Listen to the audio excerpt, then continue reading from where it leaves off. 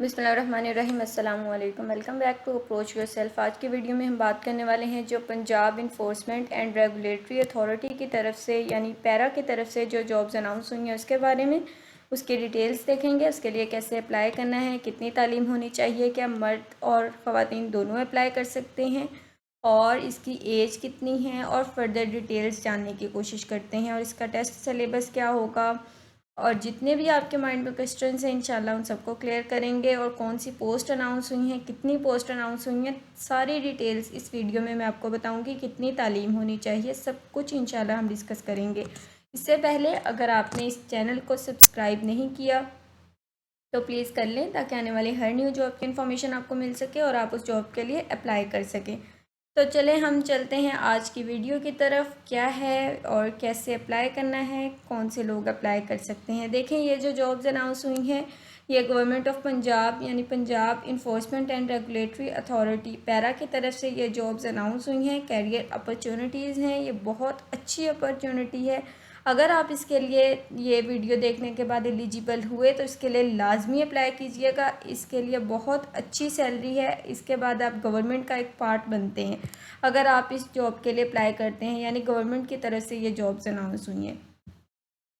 सबसे पहले जो पोस्ट है हमारे पास वो कौन सी है, वो हमारे पास है इन्फोर्समेंट ऑफिसर की। ठीक है, इन्फोर्समेंट ऑफिसर की ये पोस्ट है और इसका बेसिक स्केल है 14, और इसके साथ आपको स्पेशल अलाउंसेस भी मिलेंगे।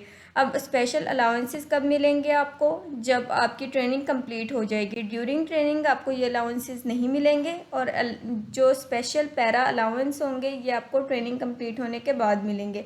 इसमें जो पोस्ट अनाउंस हुई है वो है 36। पूरे पंजाब में 36 पोस्ट हैं जो अनाउंस हुई हैं। और जो बैचलर डिग्री अगर आपने की हुई है या इसके इक्विवेलेंट यानी 16 ईयर ऑफ एजुकेशन है किसी भी सब्जेक्ट के अंदर, इट डजेंट मैटर कि आपका वो साइंस है वो आर्ट्स है, उसमें अगर आपकी सेकंड डिवीज़न है एटलीस्ट, और हायर एजुकेशन कमीशन से आपकी यूनिवर्सिटी रिकॉग्नाइज्ड यानी HEC से रिकॉग्नाइज्ड है, तो आप इस पोस्ट के लिए अप्लाई कर सकते हैं।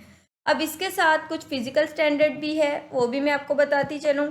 मेल्स के लिए जो फ़िज़िकल स्टैंडर्ड है उसकी बात कर लें तो उसके लिए BMI 27 होना चाहिए, हाइट विदाउट शूज़ 170 सेंटीमीटर होगी, और 1 माइल रनिंग होगी। जो आपने जब आप ये क्वालिफाई कर लेंगे उसके बाद आपको 9 मिनट्स की जो है वो 1 माइल रनिंग करनी होगी। उसके बाद है चेस्ट मेजरमेंट में नॉन एक्सपेंडेड 34, एक्सपेंडेड जो है 36 होगा या इससे अबव, और मिनिमम 2 इंचज़ एक्सपेंशन ज़रूरी है।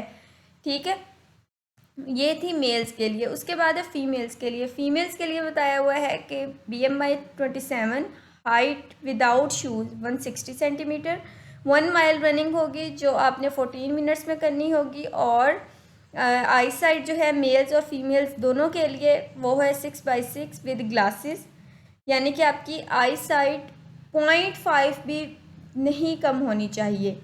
और इसके साथ जो कलर ब्लाइंडनेस है वो अप्लाई नहीं कर सकते, वो एलिजिबल नहीं है। ठीक है, अब इसके लिए जो एज चाहिए होगी वो है 22 टू 32 ईयर्स। 22 से लेकर 32 ईयर्स तक आप इसमें अप्लाई कर सकते हैं।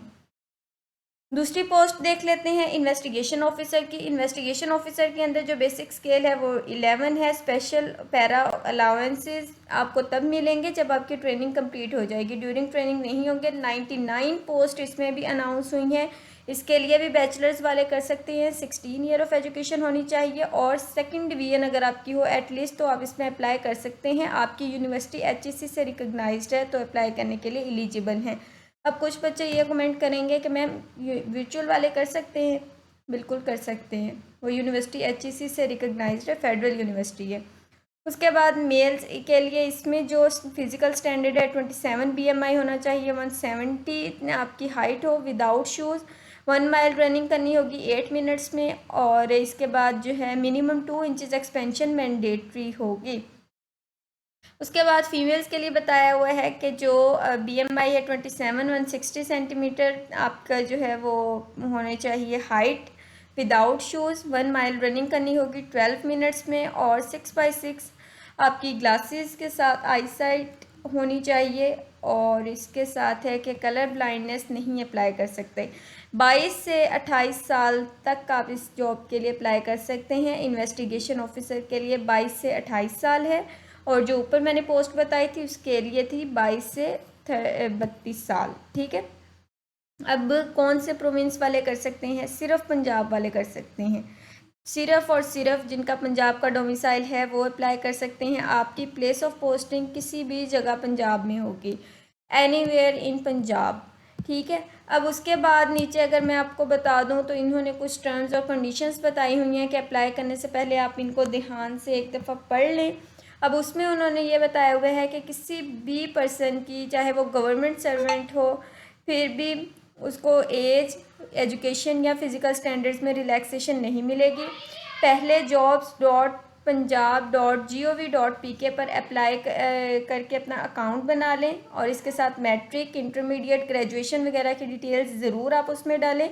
जो आपके एप्लीकेशन के दौरान जो आपके डॉक्यूमेंट्स चाहिए होंगी, इसमें आपकी फ़ोटो होगी, इसमें आपकी फ़ोटो चाहिए होगी, CNIC होगा, बैक और फ्रंट दोनों साइड, डोमिसाइल चाहिए होगा, पुलिस सर्टिफिकेशन, वेरिफिकेशन सर्टिफिकेट जो है ये ऑप्शनल है आपके पास तो ठीक है, अदरवाइज़ कंपल्सरी नहीं है। ड्राइविंग लाइसेंस ये भी ऑप्शनल है, मैंडेटरी नहीं है, अगर आपके पास है तो ठीक है, अदरवाइज़ कोई बड़ा इशू नहीं है। उसके बाद उन्होंने बताया हुआ है कि जो अथॉरिटी पोस्ट की जो है ना, ये तादाद ये बढ़ भी सकती है और कम भी हो सकती है।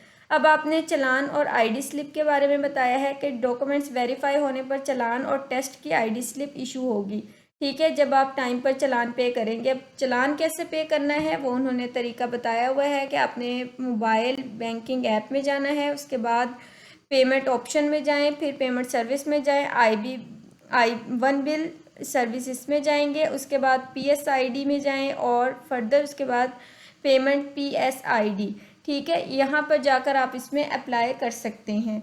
सही है, उसके बाद अगर आपको कोई इशू आता है फॉर्म सबमिट करने में या कोई भी प्रॉब्लम आती है, आप उनसे ये रब्ता कर सकते हैं, ये उनका नंबर है, या आप उनको ईमेल भी कर सकते हैं। ठीक है, और ये नीचे बताया हुआ है कि जो इसके अप्लाई करने की लास्ट डेट है वो है 20 जुलाई 2025। इससे पहले आपने इसमें अप्लाई करना होगा। सही, अब उसके बाद उन्होंने नीचे कुछ सिलेबस को लेकर कुछ चीज़ें बताई हुई हैं, वो हम देख लेते हैं। उसमें उन्होंने बताया है कि जो रिटन टेस्ट का सिलेबस है और जनरल इंस्ट्रक्शंस के ईमेल पर या फिर पैरा की वेबसाइट पर मिलेंगी, इसलिए आप टाइम पर इसको जो है ना वो कोशिश कीजिएगा कि डेली बेसिस पर इस पोर्टल को चेक करते रहें। डोमिसाइल सर्टिफिकेट सिर्फ डिजिटली इशूड डोमिसाइल सर्टिफिकेट को जो है वो एक्सेप्ट किए जाएंगे। ईमेल और सिम कार्ड एक्टिव रखें अपना, आपकी ईमेल और सिम कार्ड ये एक्टिव होना चाहिए, क्योंकि आपको जो फर्दर वो इन्फॉर्म करेंगे उसकी उनकी तरफ से, पैरा की तरफ से, वो आपको ईमेल या आपके मोबाइल नंबर जो आपने दिया होगा उसी पर ही इन्फॉर्म करेंगे वो। ये थी इसकी डिटेल्स। अब मैं आपको अप्लाई करने का बता दूं, आपने सिंपल इसकी वेबसाइट पर जाना है। इसकी वेबसाइट है para.punjab.gov.pk। यहाँ पर आने के बाद ये सबसे पहले उन्होंने लिखा हुआ है कि कैंडिडेट्स में अप्लाई एट, यहाँ पर क्लिक करें। जैसे आप इसके ऊपर क्लिक करेंगे आपके सामने ये इस तरह से इंटरफेस शो हो जाएगा। ऊपर देख सकते हैं आप ये रजिस्टर, लॉगिन और मेंबर लॉगिन। आप नए हैं, फर्स्ट टाइम अप्लाई करेंगे तो पहले अपना अकाउंट रजिस्टर करें, उसके बाद उसको लॉगिन करें और फर्दर आपके पास फिर ये ओपन हो जाएगा, वहाँ पर अपनी सारी डिटेल्स पुट करें। ये थी इसकी कुछ इन्फॉर्मेशन। उम्मीद करती हूँ कि आपको समझ आ जाएगी, आ गई होगी। फिर भी अगर कोई सवाल हो आप मुझसे कमेंट सेक्शन में पूछ सकते हैं। मुझे अपनी दुआओं में याद रखिएगा।